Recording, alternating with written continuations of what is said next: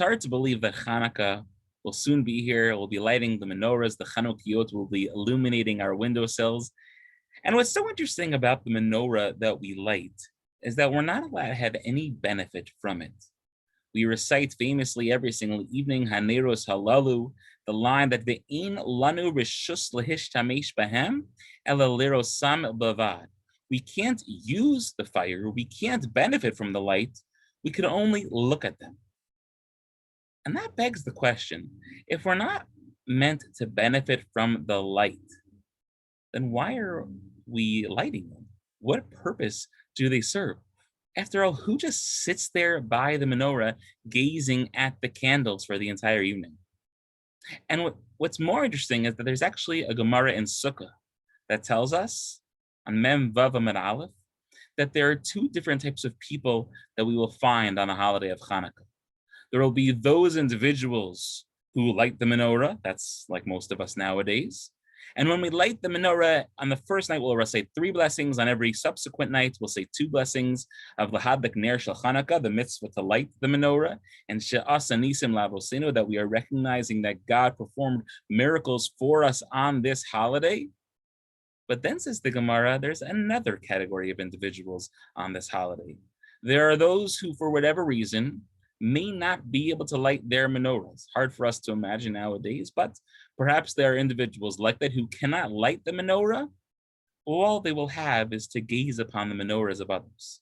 And says the Gemara that that person too should say a bracha.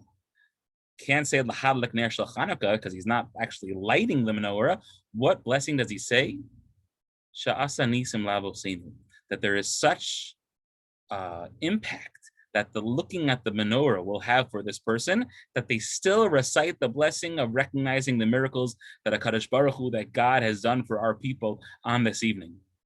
And Tosfot explain on that Gemara that when you think about Hanukkah and the menorah, in contrast to any other holiday and any other mitzvah, there are no other mitzvah that we have that we would be so enamored just by looking at it that we would recite a blessing. And says Tosfot, why is the menorah so fundamentally different? And he explains that when we look at the menorah, we have such a deep appreciation for the fact that God saved us, more so perhaps than any other mitzvah in the entire Torah, and therefore we're compelled, we must say a blessing of Sha'asa Nisim La'avosenu. Moreover, there is an additional mitzvah custom that some have.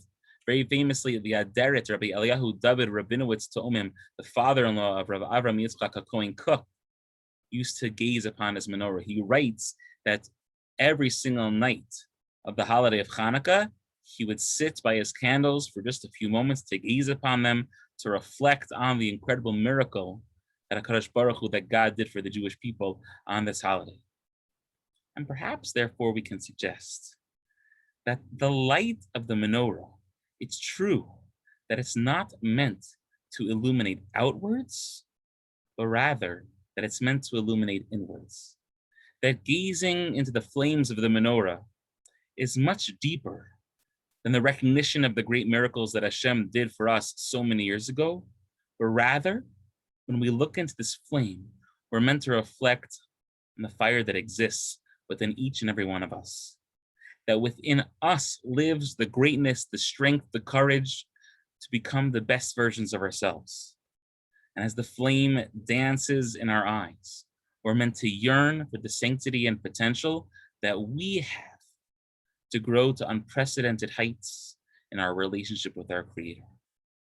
Furthermore, the menorah doesn't just represent ancient salvation, that doesn't just represent our own inner capacity for growth, but as Rabbi Jonathan Sachs Zatzal explains, it represents the future salvation.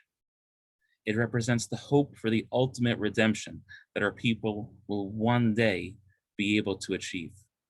Therefore, this holiday of Hanukkah, we have several more weeks to prepare, but it is coming.